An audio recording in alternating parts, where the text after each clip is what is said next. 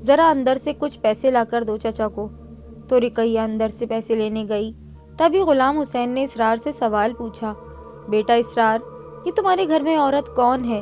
پہلے تو کبھی نہیں دیکھا اسے تمہارے گھر میں میں نے۔ اسرار نے ایک ٹھنڈی آہ بھری اور کہا، چچا، اس کا نام رقیہ ہے، بیچاری بے سہارا تھی، اس کے ماں باپ ناگہانی اموات کے باعث مر گئے ہیں، اس لیے یہ اپنا گھر چھوڑنے پر مجبور ہو گئی اور یہاں آ گئی۔ اس سے میری ملاقات بھیک مانگتے ہوئے ہوئی اور میں اسے اپنے ساتھ گھر لے آیا۔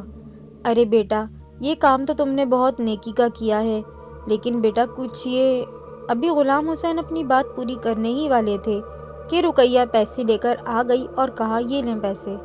غلام حسین نے پیسے لیے اور ایک نظر غور سے رقیہ کی جانب دیکھا، پھر اسرار کی جانب دیکھتے ہوئے چارپائی سے اٹھ کھڑے ہو گئے اور کہنے لگے، اچھا بیٹا، اب میں چلتا ہوں، اپنا بہت خیال رکھنا۔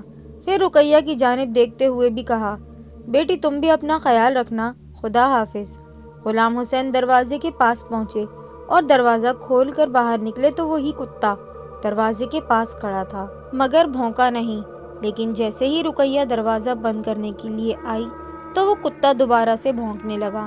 غلام حسین نے یہ دیکھ لیا تھا۔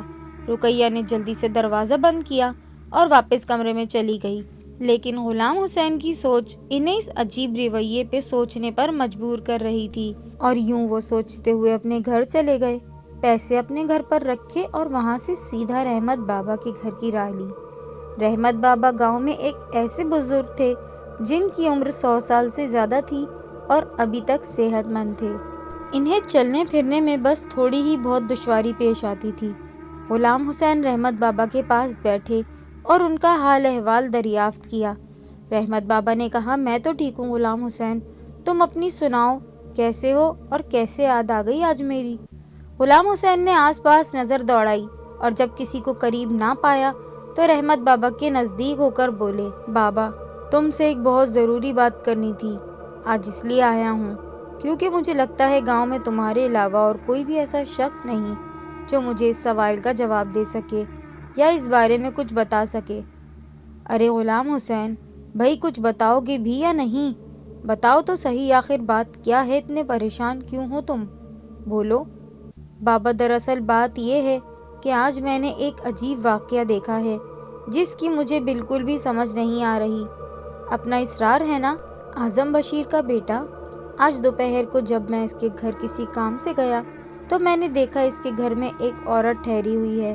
اسرار نے بتایا کہ وہ بے سہارا تھی، اس لیے اسے سہارا دیا ہے اور اپنے گھر پر رکھ لیا۔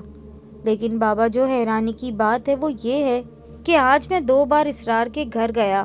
پہلے تو وہ مجھے گھر پر نہیں ملا تھا، پھر شام کو گیا تو گھر میں موجود تھا۔ دوپہر کو جب اس عورت نے دروازہ کھولا تب اسے دیکھ کر ایک کتا مسلسل بھونکنے لگا۔ میں سمجھا شاید مجھے دیکھ کر بھونک رہا ہے، لیکن شام کو جب پھر میں اسرار کے گھر گیا تو اس عورت کے دروازہ کھولنے پر دیکھا کتا پھر سے بھونکنے لگا اور کافی دیر تک بھونکتا رہا۔ پھر جب میں وہاں سے واپس ہونے والا تھا تب بھی میں نے دیکھا اور غور کیا، وہ کتا اس عورت کو دیکھ کر بھونک رہا تھا اور وہ عورت بھی کچھ عجیب قسم کی لگی۔ مجھے خدا جانے کیا معاملہ ہے۔ رحمت بابا کے کچھ دیر تک سوچ میں گرفتار رہنے کے بعد دوسرے ہی لمحے بولے، تو وہ آ گئی۔ اس کا مطلب ہے کہ اس نے سچ کہا تھا اور وہ آ گئی آخرکار۔ بابا میری تو کچھ سمجھ میں نہیں آ رہا، تم کیا کہہ رہے ہو؟ کون آ گئی؟ غلام حسین، جو تم نے بتایا ہے، اگر وہ سچ ہے تو سمجھو وہ آ گئی، وہی چڑیل جس نے آج سے 8 سال پہلے اسرار کے دادا بشیر احمد کی حویلی میں قیام کیا تھا۔ تب بھی وہ ایک عورت کی طرح لگتی تھی، لیکن حقیقت میں وہ عورت نہیں بلکہ ایک چڑیل ہے، اور مجھے اچھی طرح یاد ہے اس وقت بھی اس عورت کے روپ میں چڑیل سے جانور ڈرتے تھے۔ کتے اکثر اسے دیکھتے ہی بھونکنا شروع کر دیتے تھے۔ اس بات کا علم جب اسرار کے دادا بشیر احمد کو ہوا تو وہ کافی پریشان ہوئے، لیکن انہوں نے ہمت کر کے کسی نہ کسی طرح اس چڑیل کی چوٹی کاٹ ڈالی اور پھر اسے زمین میں دبا دیا۔ چوٹی کے زمین میں دبتے ہی وہ چڑیل اپنے اصلی روپ میں سب کو دکھائی دی اور زمین کے اندر دھنستے ہوئے پھر جیسے وہ ساری کی ساری زمین کے اندر دھس گئی، تو بشیر نے اوپر سے وہاں دم کیا ہوا پانی چھڑک دیا اور وہ ہمیشہ کے لیے نیچے رہ گئی۔ لیکن اس نے جو کہا تھا شاید وہ سچ نکلا غلام حسین۔ بابا کیا کہا تھا اس نے جو سچ نکلا ہے؟ بتاؤ نا۔ اس چڑیل نے زمین کے اندر دھنسنے سے قبل کچھ باتیں کی تھیں کہ بشیر احمد تم نے مجھے مار کر اچھا نہیں کیا، میں تمہیں نقصان نہیں پہنچانے آئی تھی یہاں، اب دیکھنا تمہاری نسل کو کس طرح مارتی ہوں میں۔ تو سن بشیر احمد، میں 1 صدی گزرنے کے بعد پھر سے زندہ ہو کر آؤں گی، اسی روپ میں تیری نسل کا نام و نشان مٹا دوں گی۔ 1 صدی مکمل ہو چکی ہے غلام حسین، اگر میری پیش گوئی ٹھیک ہے تو وہ ضرور اسرار کو یہاں مارنے آئی ہوگی، کیونکہ اسرار ہی اب بشیر احمد کی نسل کا واحد فرد باقی بچا ہے۔ اس کا باپ اور ماں تو اس کے پیدا ہوتے ہی کسی انجانی بیماری سے ہلاک ہو گئے تھے۔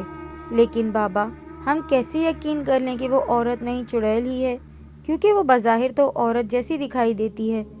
ہاں مگر ایک بات تو میں نے بھی نوٹ کی ہے، وہ اپنے سر سے دوپٹہ ہٹنے نہیں دیتی، شاید اپنی چوٹی چھپا رہی ہوگی۔ تم نے ٹھیک کہا غلام حسین، وہ اپنی کٹی ہوئی چوٹی چھپائے گی تاکہ کسی کو حیرت نہ ہو۔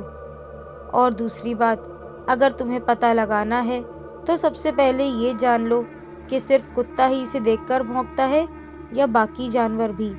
اور ہاں یاد رکھنا غلام حسین، چڑیل کی یہ پکی نشانی ہوگی کہ جانور اس سے موت کی طرز سے ڈریں گے، اس کی شکل عجیب سی ہوگی، اسے دیکھتے ہی بھونکیں گے۔ وہ ہر ہفتے والے دن کی رات قبرستان کو جائے گی اور جب وہ زمین پر چلے گی تو اس کے پیروں کے نشان نظر نہیں آئیں گے۔ بابا میں اس سچائی کا پتہ چلا کر ہی رہوں گا، چاہے کچھ بھی ہو جائے، میں اسے اس طرح سے اسرار کو مارنے نہیں دوں گا۔ بہت بہت شکریہ بابا کہ تم نے میری الجھن سلجھا دی، اب میں چلتا ہوں، پھر آؤں گا کچھ نئے شواہد لے کر، اور یہ جان کر کہ ایسا سچ میں کچھ ہے بھی یا نہیں جیسا تم نے اس کے بارے میں بتایا ہے۔ ٹھیک ہے غلام حسین، خدا تمہاری حفاظت کرے گا۔ غلام حسین وہاں سے گھر آئے اور صبح ہوتے ہی اسرار کے گھر چلے گئے۔ کچھ دن شواہد اکٹھے کرنے کے بعد غلام حسین شام کو کھانا کھا کر رحمت بابا کے پاس چلے گئے اور بتایا، بابا میں نے دیکھا ہے کہ باقی جانور بھی اس کے پاس جانے سے کتراتے ہیں اور چلتے ہوئے اس کے پاؤں کے نشان بھی نظر نہیں آتے، اور میں نے دیکھا آج اچانک ہوا کے جھونکے سے اس کے سر سے دوپٹہ ہٹا تو اس کی چوٹی واقعی میں کٹی ہوئی تھی، اور وہ آدھی چوٹی بھی کسی سانپ کی طرح ہوا میں لہرا رہی تھی۔ بابا آج ہفتے کی رات ہے، اگر وہ آج قبرستان جاتی ہے تو مجھے پکا یقین ہو جائے گا کہ جو آپ نے اس کے بارے میں بتایا ہے بالکل سچ ہے۔ رات ہوئی اور غلام حسین قبرستان جانے والے راستے پر چھپ کر بیٹھ گئے، اس عورت کی آمد کا انتظار کرتے رہے۔ دوسری طرف وہ عورت اسرار کی گہری نیند میں سونے کا انتظار کرتی رہی۔ جب اسے یقین ہو گیا کہ اسرار اب سو گیا ہے تو اس نے چپکے سے کالی شال اوڑھی اور آہستہ سے دروازہ کھول کر باہر نکل گئی۔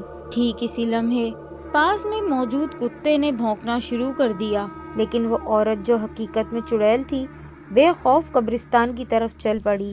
غلام حسین بھی چھپتے چھپاتے اس کے پیچھے ہو لیے اور قبرستان کے پاس جا کر رک گئے۔ کیا دیکھتے ہیں کہ وہ چڑیل اپنے اصلی روپ میں آئی اور ہوا کی طرح ایک قبر میں چلی گئی۔ یہ منظر غلام حسین کے رونگٹے کھڑے کر دینے کے لیے کافی تھا۔ خوف کے باعث غلام حسین پر لرزہ طاری تھا، لیکن دوسرے ہی لمحے انہوں نے سیدھا رحمت بابا کے گھر کا رخ کیا اور رحمت بابا کو ساری صورتحال سے آگاہ کیا۔ رحمت بابا نے کہا، غلام حسین اسرار کو بچا لو، اب کسی طرح سے وہ اسے ضرور مارنے والی ہے، وہ چاند کے پورا ہوتے ہی اسرار کو اپنے ساتھ قبرستان لے جائے گی اور پھر اس کی روح نکال کر اپنے جسم میں اتارے گی، یوں اس کی طاقت اور بڑھ جائے گی اور اس کی چوٹی پوری ہو جائے گی۔ پھر وہ اپنی طاقت کو بحال رکھنے کے لیے ہر چاند کی 14 تاریخ کو کسی نہ کسی انسان کی روح نکال کر اپنے جسم میں اتارے گی، اور یہ سلسلہ پھر چلتا ہی رہے گا۔ لیکن اس کا اصل مقصد اور سب سے پہلا مقصد جو اسے یہاں کھینچ لایا ہے وہ اسرار احمد کو مارنا ہے، بشیر احمد کی نسل کا خاتمہ کرنا ہے بس۔ لیکن بابا پورے چاند کی رات تو کل ہے، اس کا مطلب ہے کہ وہ کل اسرار کو مار دے گی؟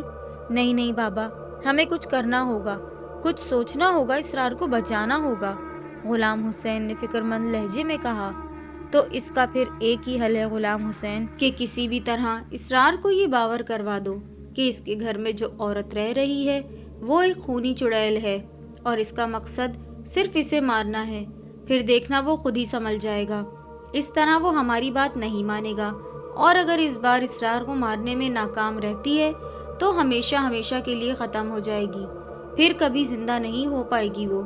تم ٹھیک کہہ رہے ہو بابا. میں ابھی جا کر اسرار کو بتا دیتا ہوں تاکہ اسے پتہ چل سکے. ہاں ٹھیک ہے بیٹا جاؤ. غلام حسین فوراً اسرار کے گھر پہنچے. دروازہ کھلا ہوا تھا. فوراً سے جا کر اسرار کو ساری صورتحال سے آگاہ کیا اور یہ بھی کہا کہ چڑیل کو کسی صورت پتہ نہ ہونے پائے کہ ہم اس کی اصلیت جان چکے ہیں. اگلے روز دونوں بابا احمد کے پاس آئے تو انہوں نے بھی اسرار کو بتایا. یہ سچ ہے بیٹا, تمہاری جان کو خطرہ ہے, اس لیے آج رات تمہیں اس کی نظروں سے اوجھل رہنا پڑے گا اور اس کے لیے سب سے اچھی جگہ مسجد ہے. تم مسجد میں رات بھر رہو گے. ساری حقیقت اسرار کے سامنے تھی. دن بھر رقیہ اسرار سے بہت میٹھی میٹھی باتیں کرتی رہی, لیکن رات ہوتے ہی وہ اپنے اصلی روپ میں آ گئی اور اسرار سے کہنے لگی, چلو میرے ساتھ, آج تمہاری روح کی ضرورت ہے مجھے. اسرار نے وہاں سے مسجد کی جانب دوڑ لگا دی اور چڑیل کی گرفت سے قبل مسجد میں آ کر بیٹھ گیا. وہ چڑیل باہر چیختی رہی, چلاتی رہی, لیکن کچھ حاصل نہ ہوا.